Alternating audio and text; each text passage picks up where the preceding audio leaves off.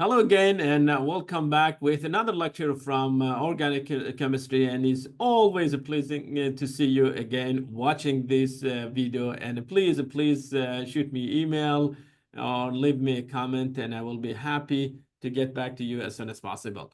Okay, so we are talking about IR, and we said we are trying to use wavelength or wave numbers to locate to identify the functional group.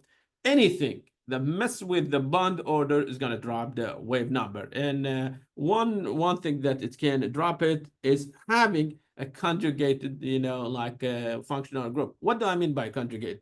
Well, conjugated means any bond that you're talking about it. For example, we are talking about this carbonyl group, one carbon far from it. If you have a double or triple bond, that double or triple bond, it can form resonance structure, and it can mess with the bond order. Okay, it can mess with the bond order. If the bond order goes down, in that case, the wave number, it will go down. That means the bond will be weaker. Okay, anything that drop the bond order, it will make the bond weaker, and because it's weaker, it will be easy to vibrate it. Okay, for example, the ketone.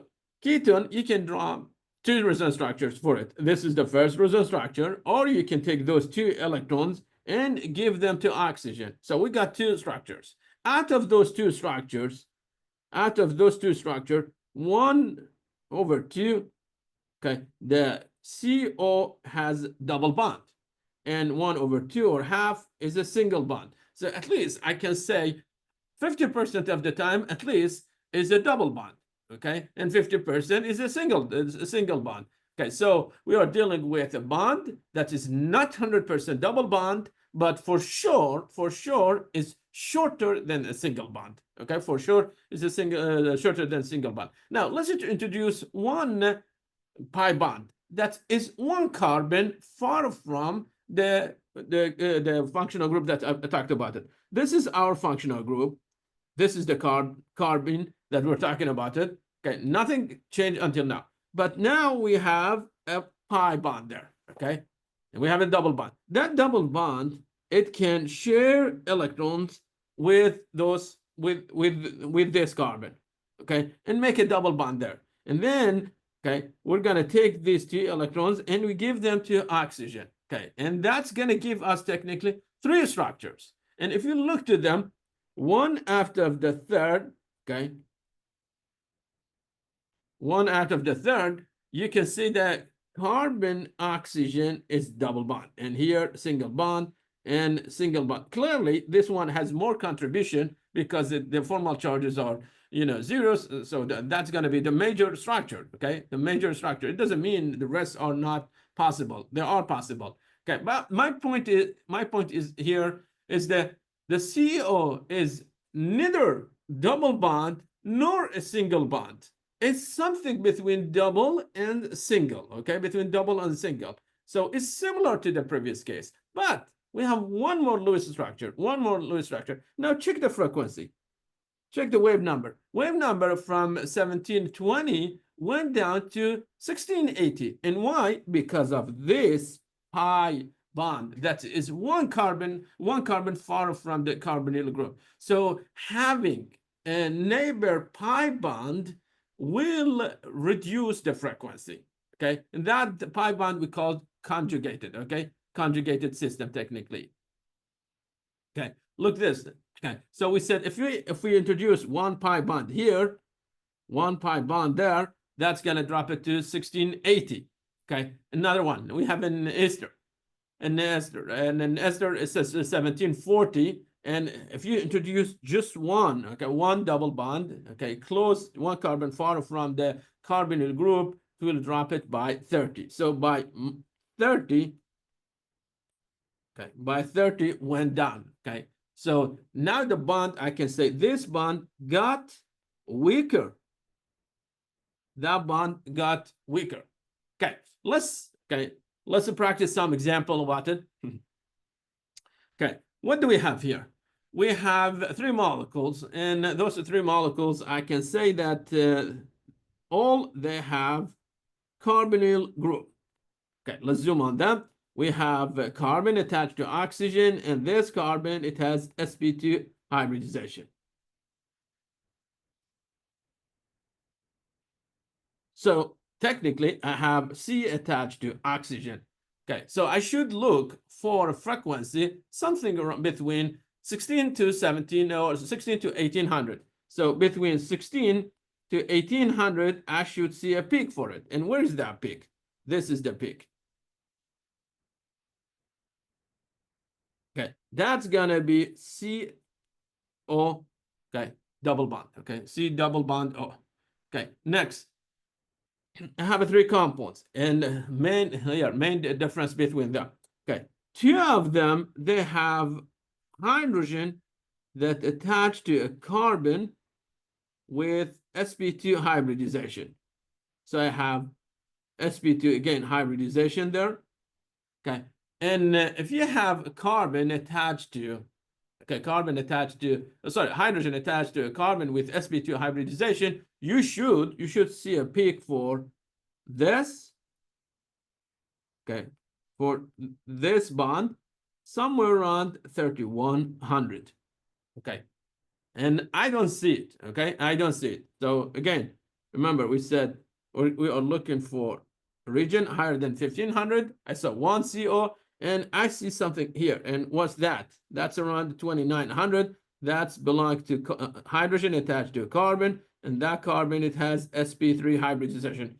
I can easily find carbon with sp3 hybridization. Okay, and as you see, all those dots, they have carbon with sp3 hybridization, and like the frequency around the 3000, and that can be CH. But I don't see a peak in this region. Okay, because I don't see CH with here, let's say sp2 or sp3, I'm gonna say this cannot be the structure. That one also cannot be the structure, and my answer, it will be that one. Okay, so I have CO, I find the CO, and then I differentiate them through the fact that the first structure does not have a CH bond, okay, does not have a CH bond, where carbon, it has sp2 hybridization. And if it has sp2 hybridization, it should show up around 31 or 3200, and I don't see it. So no CH around 3200 or 3100 means we don't have H attached to carbon with sp2 hybridization. Okay, so number one, it will be the correct structure. Okay, so as you see, we don't have OH here. Okay, in this region we don't have one, and I don't see a peak here for CH with sp2 hybridization. Okay, and they highlighted this region. They said that it shows you that you have CO stretch somewhere around 1000 and 1200. But as you see, it's so crowded. It's gonna be so hard really to differentiate the peaks just by looking to that region. And trust me, with a PhD in chemistry, that region is not that much helping me to characterize actually the compounds. It's not impossible. Like you can use some software, and they will help you to match the peaks. Okay, but for the purpose of organic chemistry, frankly, that's not gonna help you much. Okay. Next, let's talk about the effect of having electron withdrawing or electron donating group. Okay, so let's say we have this compound. So we have carbon attached to double bond, okay, attached to oxygen through a double bond, and here we're gonna put hydrogen. Okay, so carbon, it has sp2 hybridization, oxygen clearly sp2 hybridization. That means oxygen with higher electronegativity is going to pull to itself, so it will generate positive charge on carbon. And carbon, because of the sp2 hybridization, it will steal electron from hydrogen, and it will generate positive charge on hydrogen. Okay, now the more donation you give the carbon, the weaker CO bond will be. Okay, listen, the more donation, the more electron you give to CO or carbon, the weaker the CO bond will be. Okay, so now let's highlight one of this hydrogen atom and replace it by this. Okay, we have carbon attached to oxygen, and then we're going to put a carbon here instead of hydrogen, and we keep this one as hydrogen. Still, okay, we have this, and oxygen is pulling to itself, and this, forgive me, this carbon, it has sp2 hybridization, while that carbon is sp3 hybridization. Okay, sp3 is less electronegative than sp2, so that means this, the sp3 is going to lose it to sp2, and it will donate electron to carbon. Okay, CH3, okay, CH3 group or alkyl group, I'm going to show it by R. CH3 group will donate electron to carbon CO bond. Okay, and effect of donating electron to CO bond, the CO bond gets longer or weaker bond, and that's gonna drop the wave number. So the wave number, it will go down as you give it more electron. That bond, it will be weaker, so the stretching frequency, it will go down. Okay, say I don't know, for example, for CO, if that one is around, say 1700, if it's 1700, the one with methyl expected to go lower because it has methyl. What if I replace that one by, say, chloride? Okay, let's take this, for example, take this one and replace it by chloride. Okay, so I'm going to replace this by chloride or say fluoride. Okay, one of them. So I'm going to put fluoride.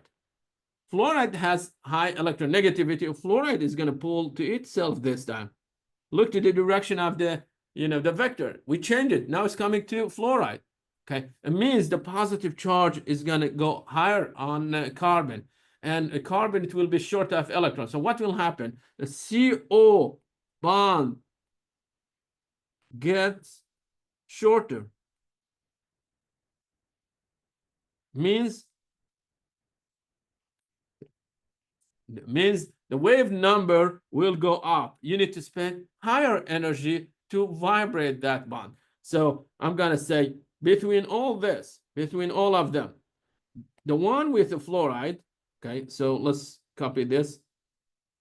Okay, the one with the fluoride, it will have higher stretching frequency for CO. This one, it will have higher one. And then you will have the one with 2 hydrogens, because you don't have a donating group. That's going to be the second one. And the third one, it will be the one with donating group. Any donating group will reduce the frequency. Okay, so the frequency here is going to be the least when you have electron donating group. So let's call it fluoride. Fluoride, we're going to call it electron withdrawing group. Okay, electron withdrawing group. While methyl, we will call it electron donating group. So electron withdrawing group is pulling electron donating group is giving electron, and alkyl groups are electron donatings. And how do I know whether it's electron donating or electron withdrawing? Okay, look to the electronegativity. If the electronegativity is higher, for example, you have fluorine has higher electronegativity than oxygen, higher than nitrogen, and nitrogen higher than carbon. If you replace the element, by fluorine, used to be carbon, you replace it by fluorine, now electronegativity went up, so it will pull electron. Or you change the hybridization. Okay, you change it to sp or sp2. They have higher electronegativity than sp3. So look to the hybridization and also the electronegativity of the element. Okay, so very good. Now we said, okay, we said having a pi bond will reduce the frequency, and you can see, okay, having one pi bond reduce the frequency to 1680. Okay, and if you introduce, one pi bond close to the carbonyl, it will drop it by 30 degree. We 30, wave number. We mentioned this. Okay, and I want to through this example. Let's talk about this. Okay, so here we have carbonyl that attached two hydrogens in a gas phase. Look to the frequency. The frequency here is 1750. Okay, if you replace one of the hydrogens by methyl group, and because the CH3 is an electron donating group, is giving electron to the carbonyl, and make this bond, make the CO bond weaker, and frequency is going to go down. Okay, from 1750 went down to 1727. What if I add the second methyl? Okay, so we had one H here. First one we had 2, now we have 1H, and I'm replacing 2 of them by methyl. Okay, look to the number. Again, went down by maybe 12, wave numbers.